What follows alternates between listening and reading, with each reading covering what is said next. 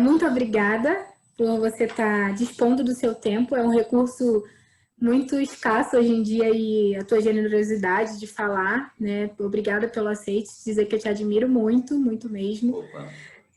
Brigadão. Eu queria que você se apresentasse aí para o pessoal que vai estar vendo esse nosso movimento, esse nosso bate-papo.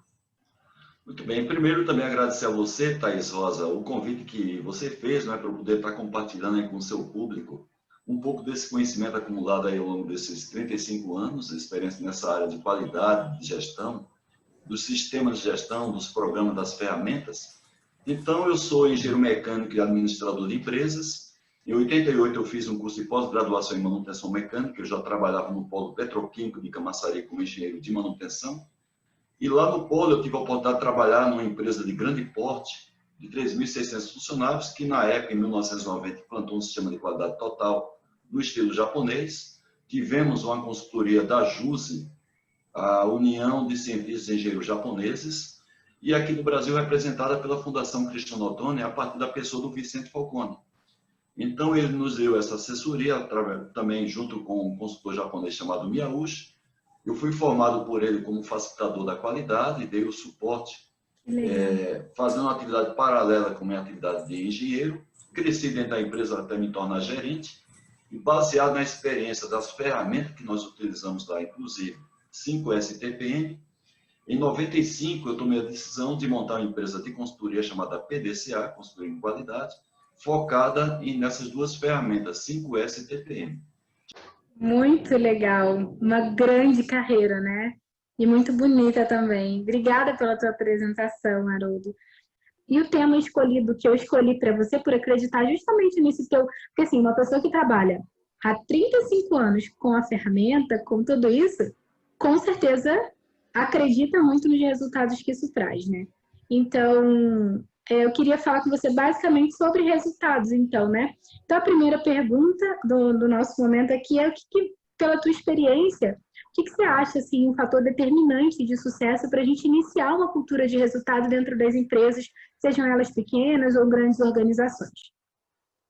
Thaís, existe o chamado ciclo PDCA, que é o ciclo do Deming, que basicamente, desde que eu aprendi a trabalhar com os sistemas de gestão, as ferramentas, sempre eu vejo em comum o respeito ao chamado ciclo PDCA, criado pelo Deming no final da década de 50, e que consta em 4 etapas de trabalho, onde a primeira significa você planejar o que você vai fazer, e nesse planejamento você já envolve tanto a parte de capacitações, os treinamentos, como também a definição de metas, evidente, metas compatíveis, né, com as características, com até a situação atual da organização.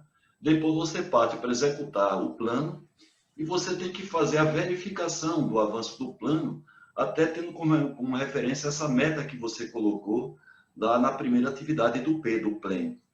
Então, essa verificação, que é chamada do check do PDCA, letra C, tem que ser feita para você fazer os ajustes, ou corrigindo a meta para mais ou para menos, ou corrigindo o próprio plano que você fez, né, na primeira etapa. E aí você vai tomar ações corretivas, né, para poder, que é o A, o action, para poder fazer essas correções. Então, já de cara, quando você faz qualquer tipo de planejamento, você tem que ter uma meta definida. E essa meta tem que estar, evidentemente, espelhada nas características, nos próprios históricos que a empresa tem, e naquilo que também a empresa almeja. Então, se você começa qualquer projeto, quer seja 5S, quer seja TPM, que são essas metodologias que eu trabalho, dando consultoria desde 95, você já tem que partir de uma meta, e a meta já significa de algo tangível, né? Então, essa meta é fundamental já na parte do próprio planejamento. E depois você faz a verificação dela no C do PDCA. Quando você começa algum projeto, algum programa que não tem uma meta estabelecida, você já está sinalizando que você não vai fazer algum tipo de medição e que ela não está focada em resultados. Agora, você disse que você trabalha com esse tripé, pessoas, processos e resultados, e o próprio prêmio da Fundação Nacional da Qualidade, que é o Prêmio Nacional da Qualidade, ele consta basicamente desses 3 pilares. Isso por quê? Porque você pode também obter resultados sem ter processos, muitas vezes, autossustentáveis. Isso não é muito raro nas empresas ocidentais, onde muitas vezes ela foca o resultado, mas esse resultado às vezes pode não ser obtido com um processo autossustentável. Vou dar alguns exemplos. Você visa, por exemplo, certificar a sua empresa numa norma ISO, a ISO 9000, a ISO 14000, a OSAS 45000, que é a antiga, desculpa, a ISO 45000, que é a antiga OSAS 18000, onde o seu objetivo é a certificação. Mas muitas vezes a certificação, Thaís, ela não é obtida a partir de um processo autossustentável, onde nesse processo trabalham pessoas dos diversos níveis e das diversas áreas da organização. Então, o que muitas vezes acontece é que você consegue um certificado apenas para justificar junto ao seu cliente, junto ao seu mercado, mas, por exemplo, se for uma ISO 9000, a empresa não respira qualidade. Se for a 14000, a empresa não respira meio ambiente. E se for a 45000, a empresa não respira a questão da segurança e da saúde. Então, não adianta muitas vezes você ter como foco somente o resultado, se esse resultado não é obtido através de um processo respeitado, autossustentável, inclusive, cuja base são as pessoas. E quando eu digo pessoas, a gente divide em dois aspectos: a parte da qualificação e a parte também comportamental, que é a postura das pessoas. Então, esse tripé é fundamental para você ter resultados autossustentáveis ao longo do tempo, e não resultados apenas pontuais, que muita facilidade eles se perdem ao longo do tempo, o que exige de algumas pessoas já da organização um desgaste muito grande, um estresse muito grande, para poder mostrar a alguém de seu interesse, os stakeholders da empresa, uma fiscalização, um determinado cliente, um resultado aparente, porém ele não está fundamentado em um processo autossustentável. Como que você acredita que os resultados se mantêm, né? Você, com a tua experiência, eu imagino que já tenha visto empresas que conseguiram excelentes resultados, mas que por algum motivo eles voltaram para um patamar anterior, e ao contrário também, já vi empresas conseguirem excelentes resultados e também conseguiram manter esses resultados para frente. O que você acha que é determinante para a diferença desses dois movimentos das empresas? Thaís, quando você implanta esses modelos de gestão, e aí inclui também as ferramentas, você falou agora aí Six Sigma, ou metodologias, como você queira chamar, que é o caso do programa 5S, você tem que ver que isso daí tem que ser coisas para a empresa. A empresa ela precisa disso, a organização ela precisa disso para primeiro sobreviver e depois ela ser uma empresa que seja competitiva para que ela se mantenha ao longo do tempo. O que acontece é que muitas vezes os programas, os modelos são implantados para as pessoas. Quer dizer, é muito mais às vezes um capricho de um diretor ou a vontade de um diretor, de um gerente, onde às vezes a organização, inclusive coordenadores desses sistemas, trabalham para essas pessoas e não para a empresa. Então, você tem que ter um modelo voltado para a empresa e não para as pessoas, porque de repente as pessoas saem, as pessoas mudam suas prioridades, que não obrigatoriamente são as prioridades da empresa, e às vezes esse programa perde o seu valor. Eu tenho um livro chamado A Bola da Vez, que ele fala justamente onde e como fracassam os programas de qualidade e produtividade, e o nome do livro chama-se A Bola da Vez, para mostrar que justamente na nossa cultura ocidental de gestão, não é uma coisa típica do Brasil, tem muito essa questão do modismo. Então, qual é a bola da vez? É o 5S? Não, o 5S é uma coisa muito antiga, já está muito batida, já tem 30 anos de existência aqui no Brasil, mas os conceitos continuam válidos e continuam sendo necessários. Então, não é uma questão de modismo, é uma questão de necessidade. Às vezes, uma pessoa me procura e diz: você ainda está trabalhando com os 5S? Não existe algo mais novo do que o 5S? Eu disse: olha, existiria se aquele 5S tivesse ultrapassado, né? Mas eles são totalmente atuais. Eu diria que a gente tem que desenhar um programa para atender a necessidade da empresa e não para atender, às vezes, um desejo ou, às vezes, um capricho de um determinado personagem, que pode ser o diretor industrial, pode ser o gerente daquela unidade. E eles me mostraram lá uma linhazinha do tempo dos programas de excelência que eles já tiveram, e aí eles mostraram exatamente isso que você falou. Cada bolinha que mudava, o nome do programa, era mudança de um diretor. Era uma cadeira que mudava. Então, isso é muito difícil, né? Eu não sei, você vê alguma alguma forma, assim, principalmente, e eu tenho experiência trabalhei em empresas multinacionais e trabalhei em empresas familiares num movimento de profissionalização, que são realidades totalmente diferentes. Mas eu vi muito isso acontecendo, né? Você acha que isso tem uma tradição, assim, com o país em si? O que você vê, assim, pela tua experiência? É, na verdade, Thaís, não é com o país, é a nossa cultura de gestão ocidental. Eu citei o Brasil, mas você viu agora um caso muito típico dos Estados Unidos, onde a Uhum, liderança sim. política é uma questão cultural, que isso nós temos que aprender com eles. E já tem muitos gestores, presidentes das organizações ocidentais, que trazem vamos dizer assim, essa identidade dessa cultura oriental de gerir os seus negócios para a cultura da sua empresa, tá certo? Agora, são poucas as que conseguem isso. Mas a gente tem empresas, inclusive aqui no Brasil, que elas têm uma empresa, por exemplo, como a Natura. Nós trocamos o presidente da Natura, que ficou na presidência da Natura durante muito tempo, e a Natura continuou com a mesma identidade. Né? Nós temos o caso da Ambev também. A Ambev, ela trocou os seus presidentes e tal, e ela continua tendo a sua identidade. Por quê? Porque o projeto foi feito para a empresa e não para aquela pessoa. Sei lá, né? Qual que é o papel da liderança que você entende nesse movimento, né? Como que a liderança pode ter uma postura proativa voltada para um resultado da empresa, né? Então, imagina que, não sei, vou dar um exemplo aqui, o Haroldo, ele foi assumir uma empresa, ou uma pessoa com o perfil do Haroldo, assumiu uma empresa que respira Lean, a metodologia Lean, o dia a dia Lean. Mas o Haroldo, né, tem por essência a metodologia TPM, que elas se conversam em muitos aspectos. Mas como não dar esse tom de uma forma que descaracterize a cultura e o direcional da empresa? Qual dica que você dá para esses líderes aí de hoje? De hoje, enfim, pessoas que estão no movimento sempre de querer essa excelência operacional, mas também respeitar a organização, né? Colocar a empresa em primeiro lugar.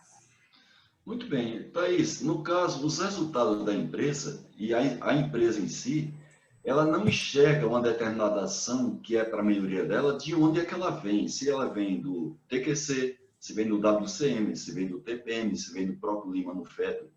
O que ela enxerga é o resultado, né, dessa metodologia, dessas práticas. Essa paixão que às vezes algumas pessoas têm é uma paixão mais de um técnico, né, e não de um gestor. Então, o diretor, ele quer resultados. Agora, chega a nós técnicos, que são consultores, os coordenadores desses sistemas, apaixonados por um e por outro, distorce o direcionamento das ações desses gerentes diretores, vamos dizer assim, tendenciosamente para uma coisa e para outra. Então, eu sou consultor de TPM, sou consultor de 5S, mas o meu foco é fazer com que a empresa tenha resultados, né?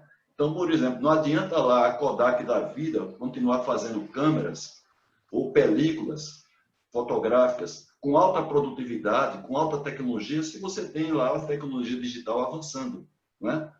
Então, eu diria para você que a gente que tem conhecimento dessas ferramentas, a gente tem que passar para as pessoas que têm a decisão na mão, que são gerentes e diretores, que não são apaixonados por esses temas, mas são apaixonados por resultados, porque dos resultados depende a sobrevivência dele na empresa, ou o crescimento profissional dele no mercado de trabalho, como queira chamar, a gente não ter uma visão tendenciosa para fazer com que essas pessoas se apaixonem também por esses programas, né? Então, Haroldo, é bem rapidinho, né? Assim, Eu já estou à sua disposição, Thaís. O que você acabou quiser perguntar. acabaram as nossas perguntas aqui oficiais e eu queria que você, assim, deixasse um recado sobre resultado pela tua experiência, que é gigante, para gente que está no início, seja pessoas que vão ver, que podem estar, eu costumo dizer assim, que a gente não sabe quem que vai estar vendo, né?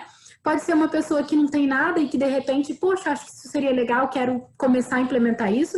Pode ser alguém que esteja já começando e já está enfrentando os desafios, porque a gente sabe que é um desafio, né? Um início de uma implementação, seja de 5S, TPM, Lean, Six Sigma, WCM, qualquer coisa, é um desafio para a gente quando a gente fala de implementação, porque tira as pessoas da zona de conforto, né? No primeiro momento. ou também empresas que já têm muito tempo. Eu costumo dizer que às vezes é até mais perigoso, né? Porque pode ser que já tenha entrado no nível de comodismo. Então, pensando em resultado nessas esferas aí de evolução, o que você pode deixar de recado para a gente? Muito bem, Thaís. Olha só, quando a gente pensa numa pirâmide de hierarquia da empresa, a gente tem que ver que os resultados tangíveis, normalmente, eles se coincidem com os resultados da própria empresa. Então, a gente tem que buscar, para ter essas metodologias autossustentáveis, justificar resultados tangíveis. Por quê? Porque você tem um sistema de compra desses projetos no sistema top-down, obrigatoriamente, e se você não tiver resultados chegando no topo da pirâmide, que são resultados do programa que se assemelha aos resultados da empresa, resultado de qualidade, de produtividade, redução de custo, cumprimento de prazo, questão até de redução de acidentes ou de impactos ambientais, né? A questão do turnover, que aí envolve até a parte motivacional das pessoas. Então, esses resultados do topo da pirâmide têm que ser, no mínimo, tangíveis. Agora, quando você vai descendo na pirâmide, fica cada vez, mesmo que você queira fazer desdobramentos, mas o que motiva mais, à medida que você desce da pirâmide, são os resultados intangíveis. Então, quando você, por exemplo, trabalha num escritório, qual é o resultado, assim, entre aspas, intangível que você tem? Quando você consegue cumprir as obrigações suas do dia a dia, sem precisar se estender no local de trabalho, sem precisar muito estresse, né? Já o pessoal operacional são as condições físicas de trabalho, né? É quando você assume um turno de produção, você encontra aquele turno todo redondinho, as máquinas funcionando redondinhas, a área limpa, a área ordenada, você quer um instrumento, quer uma informação, quer um documento, você encontra com facilidade e você começa também a atuar nas chamadas condições de segurança, dando às pessoas, principalmente de áreas operacionais, condições muito mais adequadas para se trabalhar no aspecto físico. Então, a gente tem que saber, quando a gente coordena um programa como esse na empresa, TPM e 5S, tentar apontar para cada nível de hierarquia, e depende da situação para cada setor, quais são os resultados que motivam aquela equipe que está ali a continuar investindo no programa. Então, nós que somos coordenadores, temos que ter essa visão de que resultados têm que ser basicamente assim, estratificados e qualificados por cada nível de hierarquia da empresa. Então, na hora de vender o peixe, vendo o resultado para aquele nível de hierarquia que se interessa por ele. Quanto mais baixo na pirâmide, o resultado tem que ser mais intangível e mais emotivo. E quanto mais no pico da pirâmide de cima, os resultados têm que ser mais tangíveis, mais concretos e mais racionais. Então, essa é a visão que eu dou, o aconselhamento que eu dou para quem trabalha, tanto dando assessoria a essas metodologias, como também quem está na coordenação dessas metodologias. Muito bom, incrível, incrível. Haroldo, aqui queria te agradecer demais, muito mesmo, tua generosidade, a transparência nas respostas. Muito obrigada mesmo. Estou muito feliz, assim, nem sei como agradecer. Eu que agradeço a você mais uma vez, Thaís, e também ao pessoal que está assistindo essa gravação lá pelo seu canal, provavelmente pelo LinkedIn. De qualquer maneira, deixo no ar também o meu contato, pdca, que é o nome da minha empresa, @terra.com.br, repetindo, pdca@terra.com.br. Tem os meus canais de relacionamento aí, Haroldo Ribeiro, você vai lá no YouTube, tem podcast lá no Wi-Fi, agora no Amazon Music, Instagram, o Instagram eu tenho, inclusive, todas as segundas-feiras, 20 horas, eu faço lives voltadas para quem busca crescimento profissional no meu Instagram e também no meu canal no YouTube. Todos vocês estão convidados e convidados para participar, sempre com alguém que tenha muita experiência, muitas vezes carreiras até internacional, né? Então, o contato está aí, fiquem à vontade vocês que estão assistindo essa gravação, para me enviar e-mail, fazer algum contato através dos canais de relacionamento, YouTube e LinkedIn principalmente, além do Instagram. Muito Thaís, grato a obrigada. você e a todos que estão aí assistindo essa gravação.